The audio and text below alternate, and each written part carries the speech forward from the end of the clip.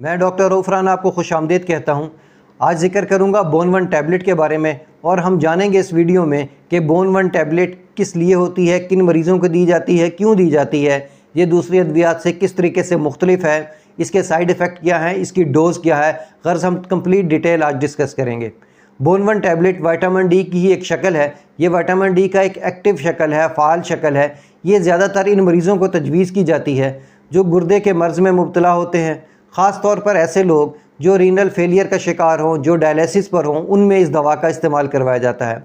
इन मरीज़ों में भी तजवीज़ की जाती है जिनमें थायराइड की बीमारी हो, जिनमें हड्डियों की बीमारी हो, हड्डियाँ कमज़ोर और भुरभुरी हो चुकी हों। तो आपके जहन में ये बात ज़रूर आ रही है कि आम विटामिन डी क्यों नहीं दिया जाता।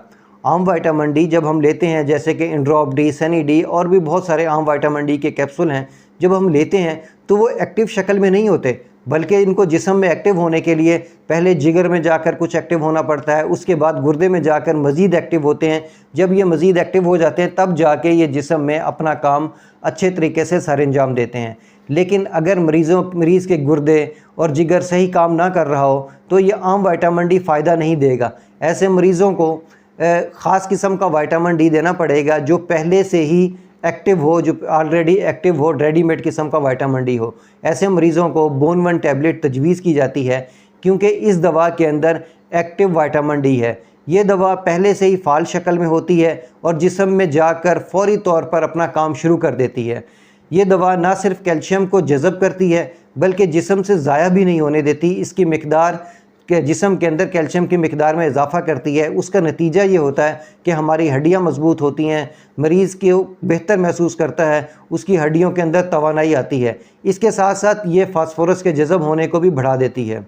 अब हम बात करते हैं कि दवा किस वक्त खानी चाहिए। दवा खाने के पहले भी खाई जा सकती है, खाने के बाद भी खाई जा सकती है। अमूमी तौर पर एक गोली 0.5 माइक्रोग्राम की दिन में एक दफ़ा तजवीज़ की जाती है, लेकिन बेहतर है कि डॉक्टर की हदायत पर ही अमल किया जाए, क्योंकि डॉक्टर आपकी सेहत को देखते हुए, आपकी दीगर बीमारी की कैफियत को देखते हुए, आपके वज़न को देखते हुए, दीगर अद्वियात को देखते हुए इस बात का तयन करता है कि किस वक्त ये खुराक दवाई खानी चाहिए, कितनी मिकदार में खानी चाहिए।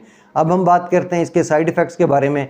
तो इसके आम तौर पर साइड इफ़ेक्ट में कब्ज़ हो जाना, कुछ लोगों को बिल्कुल उल्ट हो जाता है, पेचिस लग सकते हैं, इसहाल हो सकता है, सर दर्द, जिस्म पर ख़ारिश, दाने निकल सकते हैं। ये आम मालूमात जो मैंने आपको दी हैं। इसके अलावा भी अगर आप इस दवा के मुतालिक कुछ और जानना चाहते हैं तो कमेंट सेक्शन में ज़रूर लिख दीजिएगा। अगर कोई शॉर्ट आंसर हुआ तो कमेंट में जवाब दे दिया जाएगा, नहीं इसके लिए एक अलग सी वीडियो भी बना दूंगा। मुझे उम्मीद है कि मेरी यह मालूमात आपके लिए फ़ायदेमंद होगी। अल्लाह आपको और आपके तमाम अहले खाना को सेहत वाली ज़िंदगी अता करे। अल्लाह हाफ़िज़।